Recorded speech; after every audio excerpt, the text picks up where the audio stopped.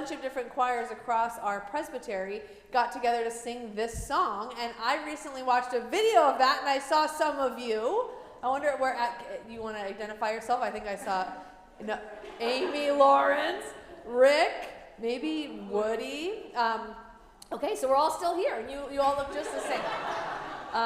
And that was a very wonderful thing. And second note that has nothing to do with the sermon, I just decided while Denny was reading that I'm going to one day write a book called Together with Certain Women.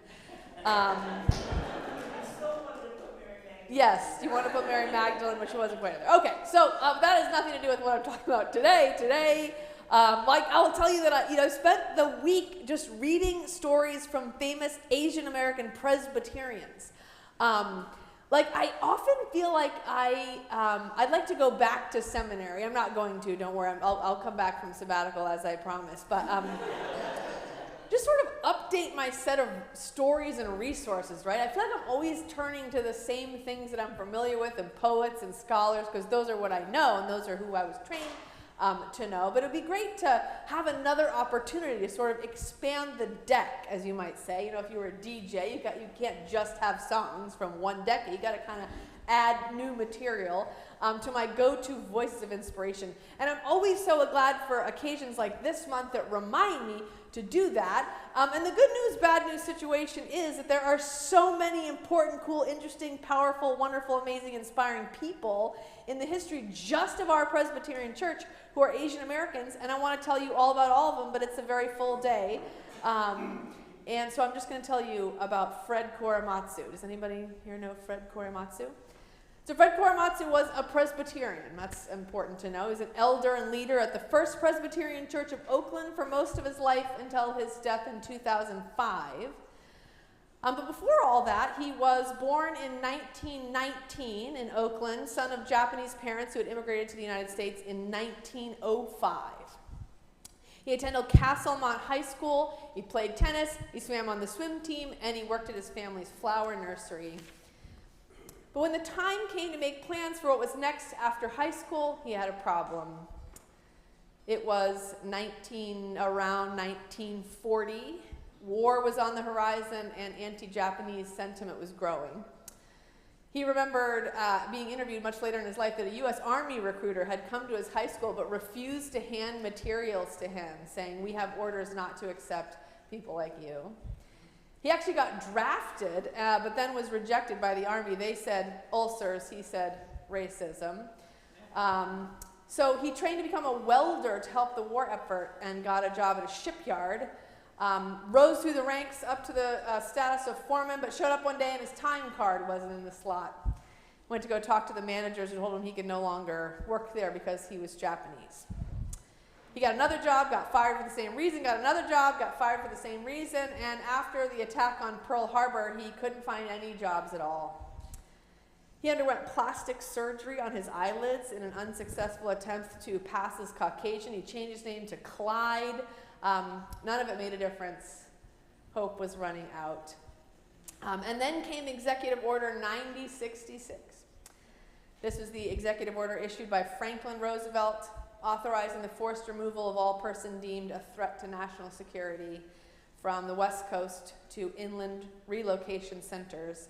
And just a few months later, on May 3rd, 1942, local Army officials in California ordered all Japanese Americans to report to assembly centers as a prelude to being removed inland, but Fred Korematsu refused to go. He went into hiding, and about a month later, he was discovered and arrested. A representative from the local ACLU agreed to represent him in a case against the federal government, though the national ACLU discouraged this partnership, citing the closeness of many of their high-ranking board members to President Roosevelt and their desire not to be perceived as enemies in a time of war. It's the ACLU. The local ACLU guy went ahead the trial proceeded, and they lost. Korematsu was tried and convicted in federal court and placed on 5 years probation. He was taken right from the courtroom directly to the Tanforan Assembly Center, a horse racetrack commandeered for the purpose of aggregating those being removed. Eventually, he and his family were taken to the Central Utah War Relocation Center in Topaz, Utah, where they were given as a place to live a horse stall with a single light bulb, which Fred would later recall saying even jail was better than this. And even more painfully than that, he was really ostracized from the rest of the Japanese community there in relocation because, having been labeled a troublemaker among the other residents who believed that cooperation with the orders was the best way to prove their loyalty as Americans. So he was far from home, he was alone, and again, he was running out of hope. In the legal world, he eventually appealed his case and lost. He appealed it from that to the Supreme Court and lost. The court called the incarceration a military necessity, though notably in one of 3 stinging dissents, Justice Robert Jackson complained about the lack of any evidence to justify that conclusion, writing, "The court for all time has now validated the principle of racial discrimination, and this principle will lie about like a loaded weapon, ready for the hand of any authority that can bring forward a plausible claim of an urgent need." Which is a lovely sentiment, but it didn't really help Fred Korematsu. 4 years later, he was released from the camp. He was prohibited from moving back to the coast by government decree, so he stayed in Utah. He had trouble finding work there too, or being paid fairly for it, so he decided to forget the whole thing. He didn't talk about this incident again for about 30 years. He moved to Michigan, got a job as a draftsman, got married, found his way back to Oakland, had some kids, joined First Presbyterian Church of Oakland, and moved on. And very few people in his life, not even his own children, knew about this chapter of his history. Meanwhile, the truth was eventually coming out on a national scale. In 1976, President Gerald Ford signed a proclamation terminating Executive Order 9066 and apologizing for the internment, stating, "We now know what we should have known then. Not only was that evacuation wrong, but Japanese Americans were and are loyal Americans." In 1980, President Jimmy Carter appointed a special commission to investigate the internment, which concluded that the decisions to remove those of Japanese ancestry to prison camps occurred because of racial prejudice, war hysteria, and a failure of political leadership. And in 1988, President Ronald Reagan signed the Civil Liberties Act of 1988, which provided financial redress for each surviving detainee, $20,000 each, not enough to provide the restitution for the homes and businesses left behind by 120,000 neighbors, but a start. And while all this was happening, it was during the same period that 2 researchers at the University of California, Peter Irons and Eiko Herzig, were writing a book about the internment legal cases, and they became aware of evidence that the Solicitor General of the United States, who argued in the case Korematsu versus the United States before the Supreme Court, had deliberately suppressed reports from the FBI and military intelligence, which concluded that Japanese American citizens pose no security risk to the country. These documents prove that the military had lied to the Supreme Court, that government lawyers had destroyed evidence that would have been relevant to the case, and that they had willingly made false arguments. And as a result of these findings, the researchers decided to try to find Fred Korematsu and to try to convince him to work with them on a petition to have his conviction overturned. And so the second part of Fred's public life and campaign for civil rights kind of began after this long hiatus. He agreed to work with these lawyers, and during the process was offered actually by the Justice Department a pardon if he would agree to drop his lawsuit. He said, "If anyone should do any pardoning, I should be the one pardoning the government for what they did to me and my Japanese American siblings." So he proceeded, and actually on November 10th, 1983, the U.S. District Court finally overturned his conviction. At a press conference afterward, he gave a speech that those present compared to Martin Luther King's March on Washington address. Part of it was this: "According to the Supreme Court decision regarding my case, being an American citizen was not enough. They say you have to look like one. Otherwise, they say you can't tell a difference between a loyal and a disloyal American. But I thought that this decision was wrong then, and I still feel that way now."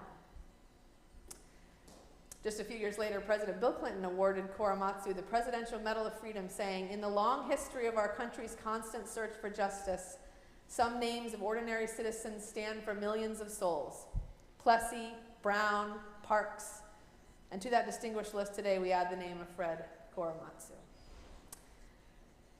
But his work didn't end there. He decided in his renewed passion for this, he was going to keep fighting for justice. While he was in his 80s, he spoke out after September 11th, 2001. He was concerned the government might let the same thing happen to people of Middle Eastern descent that had happened to Japanese Americans.